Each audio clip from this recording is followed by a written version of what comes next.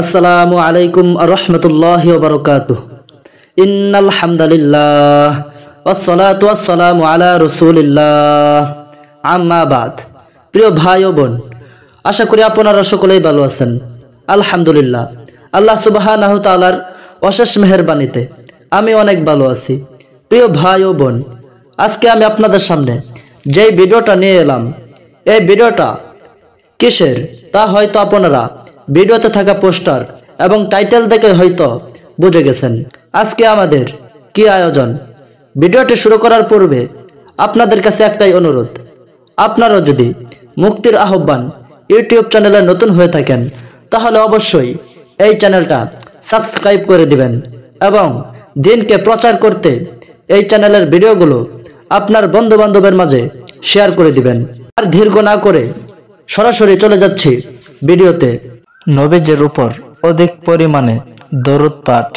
আমাদের নবী হযরত মুহাম্মদ সাল্লাল্লাহু আলাইহি ওয়াসাল্লাম আমাদের অন্তরে সর্বশ্রেষ্ঠ সত্তা। তার অধিক আলোচনা, তার জীবনী বর্ণনা, তার উপর দরুদ পাঠ ইত্যাদি তার প্রতি মহব্বত থাকার দলিল এবং তার শাফায়াত প্রাপ্তির উপায়। যেমন তিনি বলেছেন, যে ব্যক্তি সকালবেলা আমার উপর 10 বার দরুদ পড়বে এবং বিকালবেলা আমার উপর 10 বার দরুদ পড়বে, কিয়ামতের দিন আমার শাফায়াত তার নসিব হবে। মাজমাউস জাওয়াইদ হাদিস নম্বর 17022। অধিক পরিমাণে নফল নামাজ। আল্লাহর কাছে সবচেয়ে প্রিয় আমল হচ্ছে নামাজ।